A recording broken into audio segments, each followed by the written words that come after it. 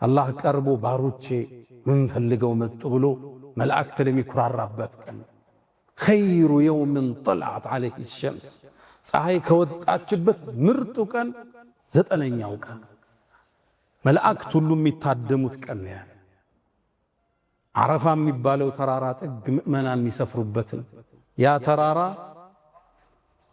ጀበሉ ረሕማ ተብሏል። የአላህ ህዝነት ስለሚወርድ ጀበሉ ተውባ ተብሏል። ሰዎች ከወንጀላቸው ወደ አላህ የሚመለሱበት ቦታ ስለሆነ አላህ የሚምርበት ተራራ ስለሆነ የሚመርበት ክልል ስለሆነ እዛ መሃል ላይ ቆሙና ነቢዩ ዓለይሂ ሰላቱ ወሰላም ከተራራው ጥግ ቆሙና ንግግራቸውን ቀጠሉ።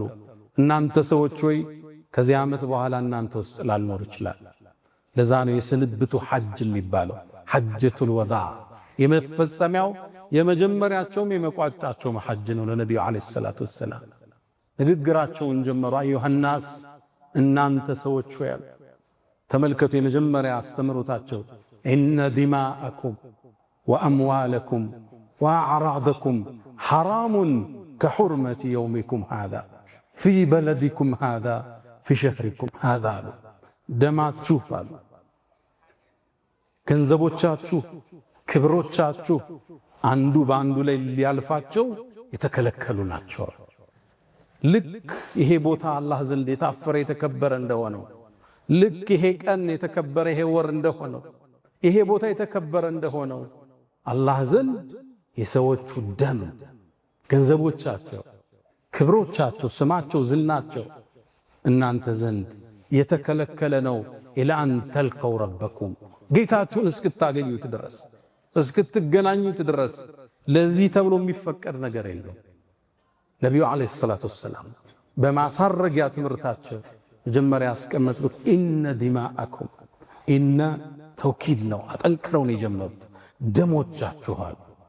አንድ ሰው የአንድን ሰው ደም ማፍሰስ በእስልምና በክፉ የተኮነነ ከወንጀሎቹ ሁሉ አንዱ ትልቁ እሱ ነው። አንድን ሰው ሌላን ነፍስ ማጥፋት የሙስሊምን አይደለም፣ የመጽሐፍ ሰዎች የምንላቸውን ክርስቲያኖችን አይደለም፣ ጣዖት አምላኪን ቢሆን እምነት የለሹን ሰው ቢሆን ደሙን ማፍሰስ ነቢዩ ዓለይሂ ሰላቱ ወሰላም በትልቁ የኮነኑት ቁርአን አጸያፊነቱን የጠቀሰው የሰው ልጅ ደም ክብር ነው። ነፍስ ክብር አላት። ነፍስን የሚወስዳት የፈጠራት ጌታ ብቻ። ሰውን ለመግደል አልተፈቀደለትም። ሰውን አይደለም ራሱን መግደል በእስልምና ክልክል ነው፣ ሌላውን አይደለም። ራሱን አንድ ሰው ቢያጠፋ ትልቅ ወንጀል፣ ባጠፋበት ሁኔታ ተቀስቅሶ ለዓመታት እንዲሰቃይ ይደረጋል። ራሱን ከፎቅ ፈጥፍጦ ገለው ከሆነ ይቀሰቀስና ከፈጥፈጥ እየተባለ ሩሑ እየተመለሰች የስቃይ ህይወትን ይመራል። በመርዝ ገሎ ከሆነ አላህ ቀስቅሶት ሁሌ ራሱን መርዝ እየጠጣ እንዲገል ይደረጋል። ስቃይ በጣም ከባድ። እንኳን ሌላን መግደል ራስን መግደል በእስልምና ክልክል የተወገዘ ነው። ነፍስን የሚወስዳት የፈጠራት ጌታ ብቻ። አንዳንድ ሚዲያዎች ላይ ትሰማላችሁ የማይሆኑ ወሬዎች፣ የማይመስሉ ፕሮፓጋንዳዎች። እስልምና ለነፍስ ትልቅ ወጋ የሰጠ ሃይማኖት፣ አመነም አላመነም የተከበረ የሰው ልጅ ነው። ወለቀድ ከረምና በኒ አደም። ነፍስን የሚወስዳት አላህ ብቻ። አንዲትን ነፍስ ያለ ጥፋቷ ያጠፋ ሰው ወንጀሉ ምን ያህል ይመስላችኋል? ፈከአነማ ቀተለ ናስ ጀሚዓን፣ የሰው ልጆችን በአጠቃላይ እንደገደለ ይቆጠራል አላህ ቁርአን ላይ እኮ። አንድን ነፍስ ገደልክ ማለት የአደም ልጆችን ሁሉ ጨርሰሃል ማለት። የሰው ልጆች በታሪክ አምድ ከ100 እስከ 117 ቢሊየን ህዝብ ምድርን ኑሮ ተሻግሯል ይባላል ጥናቱ። አሁን ምድር ላይ 8.3 ቢሊየን ህዝብ ይኖራል። ለወደፊትም ከዚህ በላይ ቁጥር ይመጣል። አንድ ነፍስ የገደለ ሰው ይሄን ሁሉ ፍጥረት እንደጨረሰ ይቆጠራል። ነፍስ እነ ዲማአኩም ደሞቻችሁ ክልክል ነዋል። ሙስሊም ሰው አይገልም። ሙስሊም ወደ ሌላው ቢላውን አይዘረጋም፣ ጣታውን አይስምም።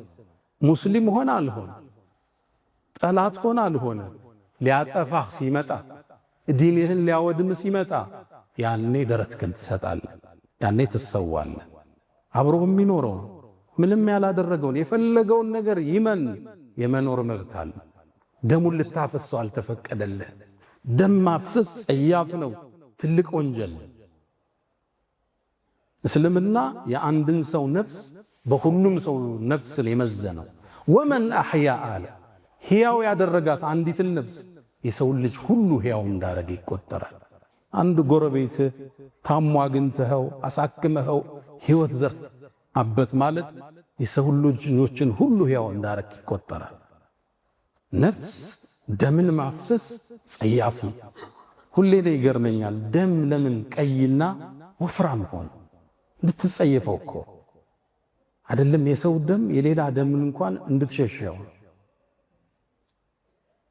የመጀመሪያ የነቢዩ አደራ ኢነ ዲማአኩም ደሞቻችሁ የአንድን ወንድን ደም ማፍሰስ አይደለም። ሙስሊም አይደለም፣ የመጽሐፍ ሰዎች የክርስቲያን አይደለም ቀርቶ ጣዖት አምላክ ይሁን ልትገለው አልተፈቀደልህ። ትጠራዋለህ ወደ ዲንህ።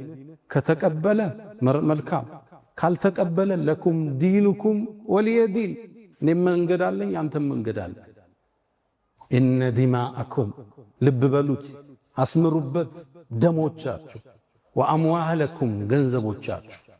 አንዱ የአንዱን ገንዘብ ሊወስድለት አልተፈቀደል። ሊያጭበረብረው ዕዳ ወስዶ ሊጠፋ አልተፈቀደለት። ወአዕራደኩም ክብራችሁ የሰው ክብር አሁን በሶሻል ሚዲያው ዘመን የለም አይደል? በማህበራዊ ሚዲያው ዘመን ሁሉም ሰው የሚጠለጠልበት ነው አይደል? የሀገር መሪ ይጠለጠላል፣ የሃይማኖት መሪ ይጠለጠላል፣ ትላልቅ ሰው ይጠለጠላል። ሁሉ ቢተችበት ዘመን ነው። ወአዕራደኩም ክብሮቻችሁ የሰውን ክብር ልትነካው አይገባም። መልእክትን ታስተላልፋለህ እንጂ ዋሽተህ ስሙን አታጠፋው። ሙስሊም እንኳን ባይሆን ክብሩን ልትነካው አልተፈቀደልህ። ነቢዩ ዓለይሂ ሰላቱ ወሰላም መልእክታቸውን ቀጠሉ። አዩሃናስ እናንተ የሰው ልጆች ያሉ መልእክቱ ለሰው ልጆች ነው። ከናንተ መሃል አማና የተሰጠው ሰው ካለ ወደ ተገቢው ቦታ ያድርሳል። ቃሉን ይጠብቅ፣ አማናውን ይጠብቃል። እኛና አማና ኢስላም ካበለ ቀኑ ዘነበለ፣ ሙስሊም ከዋሸ ቀኑ ተበላሸ ነበር የአያቶቻችን ስም አይደል? እኛና አማናው እንዴት ነን? ሰው ሰጥቶ ብሩን እኛ ጋር ያገኘዋል። ቃል ኪዳናችን እንጠብቃለን። የነቢዩ የመጨረሻ ማሳረጊያው አንዱ ቃል ይሄ ነው፣ አማናችሁን ጠብቁ። ሙእሚን ታማኝ ነው። ሙእሚን የሰው ብር አይወስድም። ሙእሚን አይሰርቅም። ሙእሚን ቃሉን ይጠብቃል። ሙእሚን ፌክ አይሸትም። ሙእሚን አያምታታም። ሙእሚን ማለት የታመነ ሰው የሚረጋበት ማለት ነው። እሱ ዘንድ ያለኝ አይጠፋም የሚለው ማለት ነው። ነቢዩ ዓለይሂ ሰላም ከዛም ወሲያቸውን ቀጠሉ። ሶስተኛ ኢነ ሪበል ጃሂልየቲ መውዱዑን ተሕተ ቀደሚ ወኢነ ዲማአል ጃሂልየቲ መውዱዑን ተሕተ ቀደሚ አሉ። ቂምንና በቀልን ሻሩት። በዛ ንግግራቸው ከኔ ከመላኬ በፊት የነበረ የተቋሰላችሁት የፈሰሰ ደም ካለ እግሬ ስር ጥየዋለዋል። ለበቀል ማንም ሰው ከዚህ በኋላ እንዳይነሳ የመጀመሪያ ምጥለው የዓሚር ብኑ ረቢዓ ያጎታቸው ልጅ ደም አለ። ሌላ ጎሳን የገደለው ቁረይሾቹ እንገለዋለን ብለው ሁሌ ቂም ይዘው ኑረዋል። ያጎቴን ልጅ ደም እኔ እግሬ ስር ጥየዋለዋ። አንበቀልም፣ ይቅር ብለናል አሉ ነቢዩ ዓለይሂ ሰላቱ ወሰላም። ሁላችሁም ይቅር በሉ አሉ ነቢዩ ዓለይሂ ሰላቱ ወሰላም። እንዲሁም አሉ በጃሂልያ ዘመን የነበረ ገንዘብ ሰጣችሁት አራጣ ወለድ የወለደ ካለ እሱም እግሬ ስር ወድቋል። ዋናውን ገንዘባችሁን ውሰዱ፣ ወለዱን ጣሉ አሉ ነቢዩ ዓለይሂ ሰላቱ ወሰላም። ከዛ ማስከተለው የመጀመሪያ ምጥለው አሉ ነቢዩ ዓለይሂ ሰላቱ ወሰላም ያጎታቸው የአባስን የሱ ሀብታም ነበር፣ ሰዎችን ያበድር ነበር፣ በሪባ ብር ነበረው ሰዎቹ ጋር። ያንን ጥየዋለሁ አሉ። ዋናውን ገንዘብ ትወስዳለህ፣ ወለድን የሚባል ትተዋለህ። አየው የነቢዩን ዓለይሂ ሰላቱ ወሰላም አስተምሩ። አንድን ነገር ሲጀምሩ በራሳቸው ቂምን ራሳቸው ሻሩ፣ ወለድን ራሳቸው ረገጡና ህዝባ አስተማሩ። ያኔ ትርጉም ይኖረዋል። በየትኛውም የህይወት ጉዞ ላይ የምንጀምረው ከራሳችን መሆን እንዳለበት እያስተማሩ ነው። ሰደቃ ስጡ ከማለታችን በፊት ሰጠን፣ ሌሊት ቁሙና ስገዱ ከማለታችን በፊት ሰግደን ሲሆን ንግግራችን ትርጉም አለ። ለተቀባይነት ሚዛን አላህ ይሰጠዋል። አላህን እኛ ማታለል አንችልም። ሊመ ተቁሉነ ማ ላ ተፍዐሉ ማታረጉትን ለምን ነው የምትናገሩ ይላል አላህ። ትልቅ ኩነና ነው አላህ ያቀረበው። አንድ ሰው ራሱ ተግብሮት ራሱ ተጭኖት እሱ ሲናገር ትርጉም አለ። በራሳቸው ጀመሩ።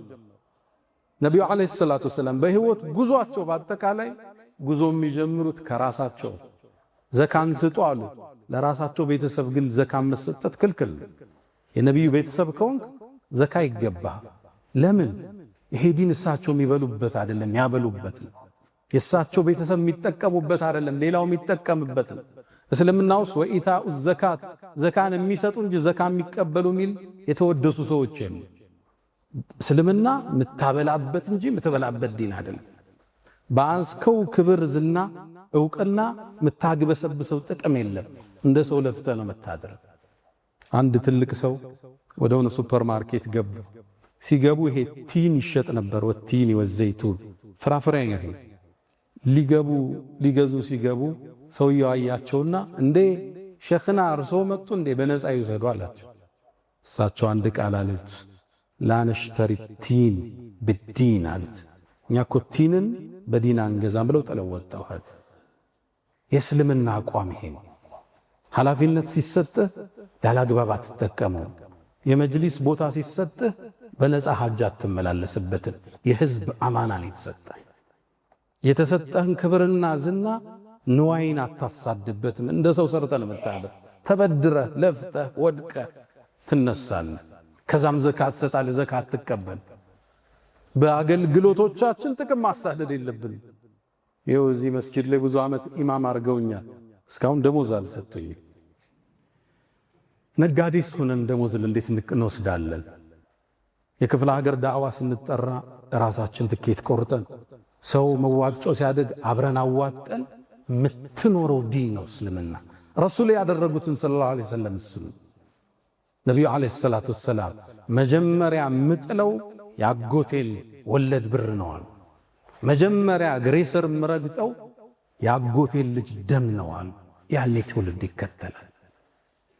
አንተ የኖርከውን ነው ሌሎችም ይኖሩልህ። አላህን መዋሸት አይቻልም። ያልተከበርከው ሰዎች ውስጥ ገብቶ ተጽዕኖ አይፈጥርም። ይህን ነው ረሱል ሰለላሁ ዐለይሂ ወሰለም ያስተማሩ። ተግብረው ተራመዱ አላቸው። ጦርነት ላይ አወል ሶፍ የምታገኛቸው እሳቸው ነው። ለዛ ነው ለመሰዋት ዝግጁ የሆነ ሰሓባን የወለዱት እሳቸው ፊት ናቸው። ኸይማቸው ላይ ቁጭ ብለው እንደ ድሮ ነገስታቶቹ አይደለም ያዘመቱት፣ አወል ሶፍ ናቸው። ለዛ ነው የኡሑድ ጦርነት ላይ ራሳቸው የተበሳው ጥርሳቸው የተሰበር ሞቱ እስኪባል ድረስ የተወራ። አንተ አወል ሶፍ ነው የምትሆን። ኢዛ ኩንተ ቱሪዱ ኢማሚ ፈኩን አማሚ። መሪ መሆን ከፈለክ መጀመሪያ ተጋፈጥ ወርደ። አመሰግናለሁ። የድምፃችን ይሰማ ትግል የህዝቡ እንቅስቃሴ አንዱ ሚስጥር መሪዎች ያላቸው ሰዎች አወል ሶፍ መሰለፋቸው፣ መስዋዕትነት ለመክፈል በመገኘታቸው። አንተ ፊት ስትሆን ህዝብ ይከተላል። ይሄ ነው የህይወት ቀመር። ነቢዩ ዓለይሂ ሰላቱ ወሰላም ደሞቻችሁን እግሬ ስር ረግጫለሁ፣ ወለዱን እግሬ ስር ረግጫለሁ፣ መጀመሪያ ምጥል የቤተሰቤን ነው አሉ። ሁሉም ተከታይ ነው። ያኔ ንግግራቸውን ቀጠሉ። ነቢዩ ዓለይሂ ሰላቱ ወሰላም ያስተምሮቶቻቸው ማሳተሚያ ማሳረጊያ ነው የተናገሩት።